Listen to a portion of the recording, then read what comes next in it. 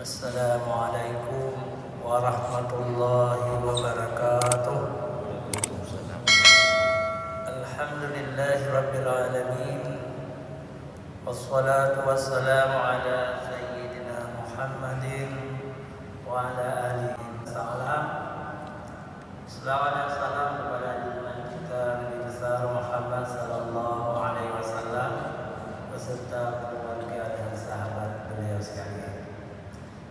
Yang kami hormati hadirin wal hadirat yang dimuliakan Allah, khusus kepada Bapak Imam dan Naib Imam, kepada tamu-tamu kami yang hadir di Siraya Baitul Rahmah yang datang dari luar kota, dan kepada seluruh muslimin radio yang menyiarkan ceramah subuh di Siraya Baitul Rahmah, tambah lagi pemirsa Baitul Rahmah Siraya TV dan penonton YouTube yang ada di 3 negara di Indonesia, Malaysia, dan Thailand Selatan. Ceramah saya yang lalu di Thailand sudah ditonton oleh 2.000 penonton, di Malaysia 1.000, tapi di Aceh baru 300 penonton. Tidak apa-apa, yang penting senang kita. Dari dakwah ini sudah ditonton oleh 3 negara. Hadirin wal hadirat yang dimuliakan Allah, kali ini kita akan memperkenalkan 4 wali, 4 wali Songo dari Aceh yang membawa Islam ke Pulau Jawa. Makna wali di sini adalah wali Allah. Artinya ulama yang sangat alim, yang banyak ilmunya, sering disebut waliullah, wali Allah. Tapi dalam bahasa Arab wali juga disebut dengan teman setia, ya. Jadi teman setia itu wali. Atau dalam perkawinan yang menjadi saksi nikah wali juga. Tapi wali yang disebut dalam istilah wali Songo itu adalah wali Allah, ulama besar yang banyak pengikutnya, yang keramat, maka disebut wali. Jadi Songo itu bahasa Jawa. Songo itu maknanya 9. Wali 9 itu adalah sebuah lembaga yang berkedudukan di Surabaya, di Ampel. Jadi di situ kedudukannya, sedangkan anggotanya di seluruh Jawa. Ada dari Jawa Tengah, Jawa Barat, Jawa dan Jakarta di zaman dulu. Tapi yang menarik, 4 wali ini berasal dari Aceh. Walaupun berasal dari Aceh, tapi bukan orang Aceh juga, kecuali 1 orang. Kita mulai dengan wali pertama. Wali pertama itu namanya Maulana Malik Ibrahim. Maulana Malik Ibrahim. Dari mana asal usulnya? Itu khilafiyah juga. Banyak ahli sejarah yang berbeda-beda pendapat. Yang pertama menyebutnya beliau itu dari Mesir. Dari Mesir datang ke Pasir, jadi pendakwah di Pasir. Ada juga yang menyebutkan beliau dari Samarkand. Samarkand itu daerah Uni Soviet sekarang ya, atau daerah Bukhara. Datang ke Samudra Pasir, berdakwah. Yang ketiga ada yang menyebutkan beliau dari India. Kenapa dari India? gelarnya Maulana. Karena di zaman dulu yang ada gelar ulama Maulana cuma di India. Jadi beliau artinya dari India. Tapi ada satu lagi pendapat beliau berasal dari Persia. Wallahu a'lam. Yang jelas beliau telah berjasa berdakwah di Samudra Pasai abad ke-14 dan kualitas umat di Pasai itu semakin baik, telah menjauhkan diri dengan adat istiadat yang bertentangan dengan syariat Islam. Jadi Maulana Ali Ibrahim ini kemudian meninggalkan Pasai menuju Gresik, Jawa Timur ya? Jawa Timur. Menuju Gresik, sehingga beliau di situ terkenal dengan Maulana Sunan Gresik, yang sampai sekarang makamnya sangat dihormati oleh umat Islam. Ada satu hal yang menarik, istrinya itu dari Birgen. Jadi Putri Jempa. Jadi kerajaan Jempa itu di Birgen zaman dulu. Ya. Istrinya Putri Jempa. Dan telah melahirkan satu anak, dinamakannya Rahman. Kemudian terkenal nanti dengan Raden Rahman dan terkenal juga dengan nama Sunan Ampel. Itu orang Birgen ibunya, ya, dibawa ke sana. Hadirin wal hadirat yang dirahmati Allah Subhanahu wa taala. Jadi makam yang sangat mirip dengan makam Malik Saleh adalah makam Maulana Malik Ibrahim ini. Ya. Kenapa mirip? Sama-sama dibeli dari Gujarat, India. Makam termahal di Indonesia ini, ya. Terindah. Yang pertama, yang paling indah makam di Indonesia ini adalah makam Ratu Nahrisyah di Pasai. Itu kaligrafi Yasin taman dan sangat indah, terindah bukan di Indonesia, terindah di dunia, sangat indah. Mungkin kita orang Aceh ini jarang ke Pasai untuk melihatnya, jarang. Tapi yang datang ke Pasai itu dari Belanda, dari Jerman, dari Prancis, dari Arab. Tiap hari ada orang yang datang jauh-jauh melihat makam Ratu Nahrisyah yang luar biasa itu. Di YouTube juga ada. Dan makam kedua terindah adalah makam Maulana Malik Ibrahim di Gresik. Kenapa mirip-mirip? Karena didatangkan dari Gujarat. Gujarat itu India. Itu makam terindah. Boleh nanti lihat-lihat. Jangan pergi entah kemana-mana, ya. Pergi entah ke gunung-gunung, entah ke laut, ya. Tapi ke ziarah ke makam-makam Raja Adil, Raja Islam jarang. Ya. Ini bagian dari penipuan setan juga kepada umat Islam. Untuk apa kita ke kuburan ulama dan raja-raja itu? Bukan menyembah kuburan. Berziarah itu perlu untuk kita ingat mati. Kita juga akan mati. Kemudian berdoa di situ. Berdoa dalam makna kita juga harus seperti almarhum yang punya ilmu, yang punya kelebihan. Kita berdoa kepada Allah. Tidak masalah ziarah, dianjurkan oleh Rasulullah sallallahu alaihi wasallam. Itulah Maulana Malik Ibrahim. Setelah lama di Pasai, kemudian berangkat ke Jawa, mengislamkan tanah Jawa. Nah, tadi anaknya Raden Rahman itu dewasa, yang lahir di Pasai juga, tapi ibunya dari Birgen. Ya, ibunya dari Birgen.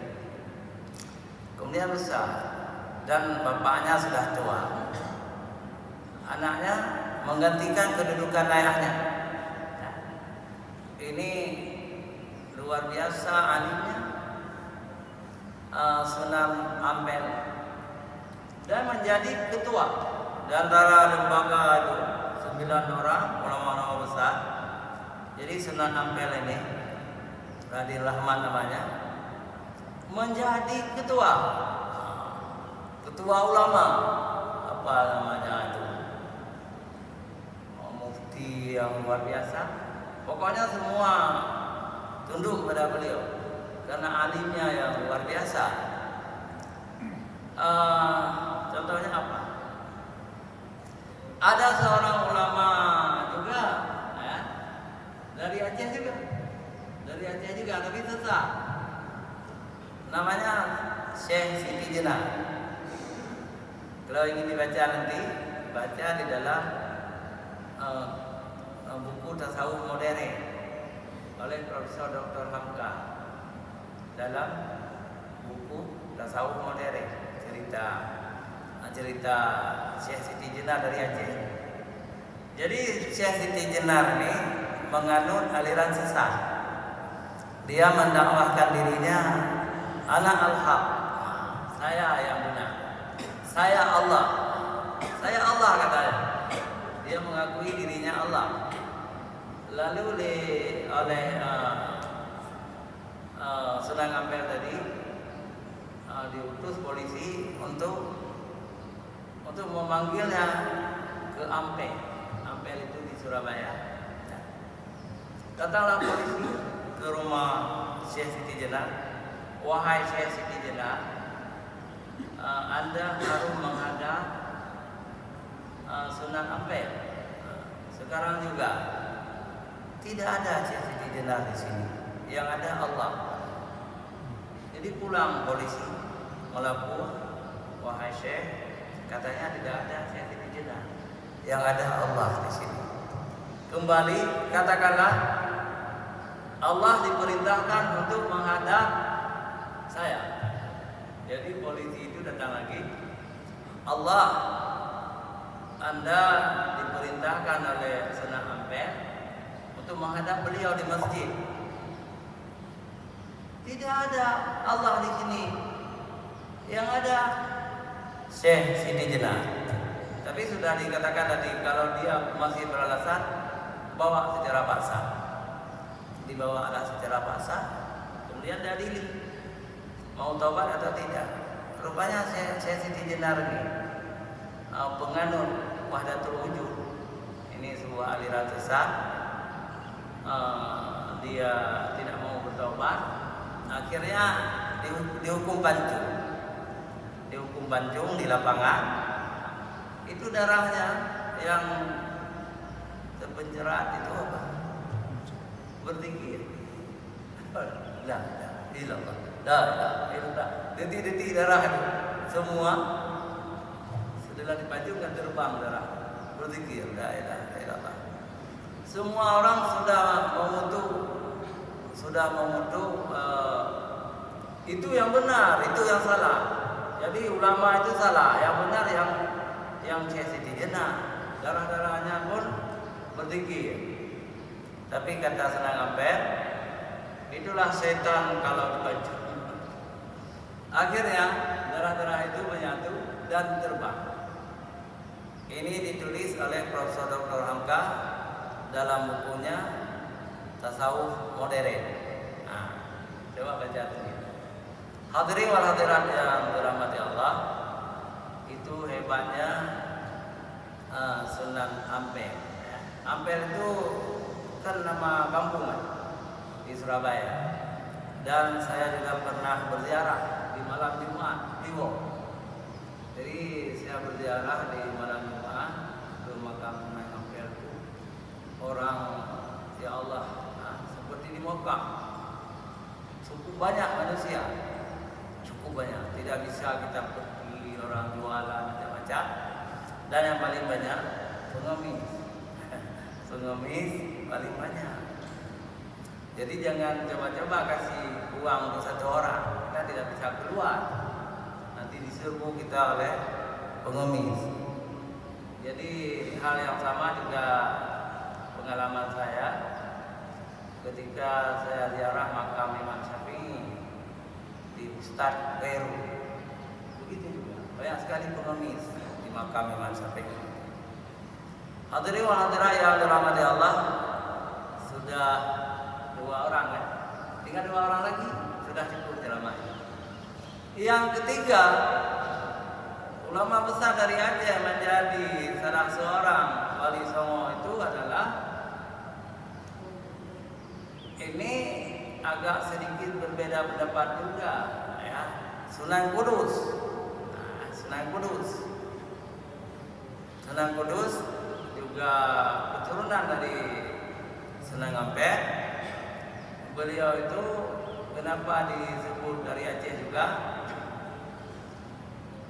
Ketika remaja dikirim oleh orang tuanya ke Pasir, belajar di Pasir karena Pasir itu tempat ulama besar, tempat dayak terkenal, sehingga alim dia. Ini pendapat Profesor Dr. Husin Jayadiningrat, ya. Profesor Dr. Husin Jayadiningrat dalam bukunya Islam Jalan Lurus. Tapi di ensiklopedia Islam bukan Sunan Kudus, ya. Beliau adalah yang dari partai itu Maulana Isa. Jadi salah seorang dari 9 wali itu juga. Maulana Isa lahirnya di Surabaya tapi alimnya di Pasir. Kalau begini sudah 5 orang kan. Nah, jadi karena khilafiyah itu mana yang benar di antara salah satu itu. Cuma yang tidak ada khilafiyah yang terakhir. Nah, yang terakhir itu adalah beliau itu Syarif Hidayatullah. Itu putra dari mufti kerajaan Pasir. Ini sangat panjang ceritanya. Setelah remaja dikirim ke Makkah, ulama di Makkah alim. Setelah alim pulang ke Pasir, tapi negeri Pasir sudah dihancurkan oleh Portugis. Kemudian beliau tidak turun di Pasir karena pelabuhannya sudah hancur, tidak lagi bisa singgah kapal di situ.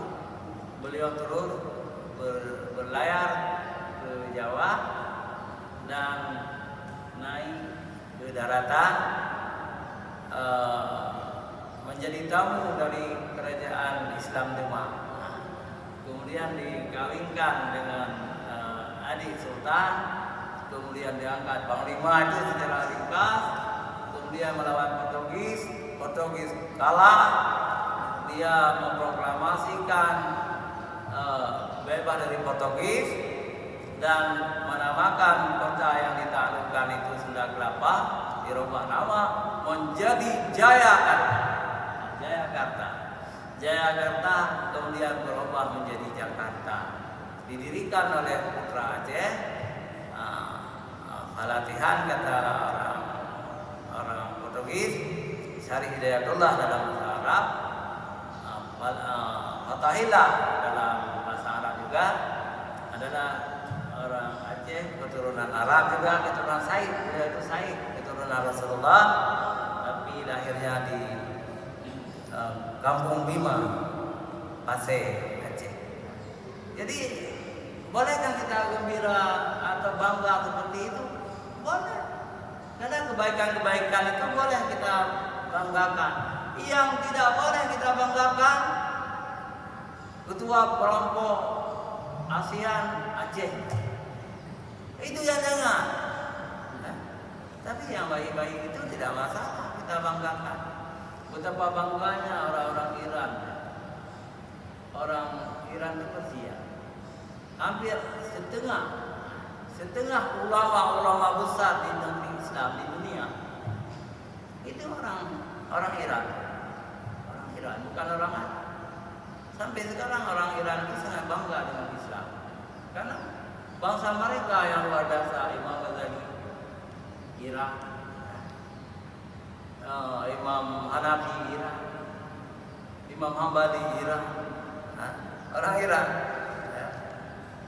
Imam-imam lain, Imam Muslim, perawi hadis Iran, mereka sangat kalah orang Arab. Nanti boleh ditanyakan kepada Profesor Doktor apa yang ceramah tentang sejarah. Politik. Setengah dari ulama besar ahli ilmu pengetahuan Ar-Razi, ya, itu Iran semua. Kita juga bangga di Indonesia ini. Aceh pelopor juga kan. Tetapi zaman dulu.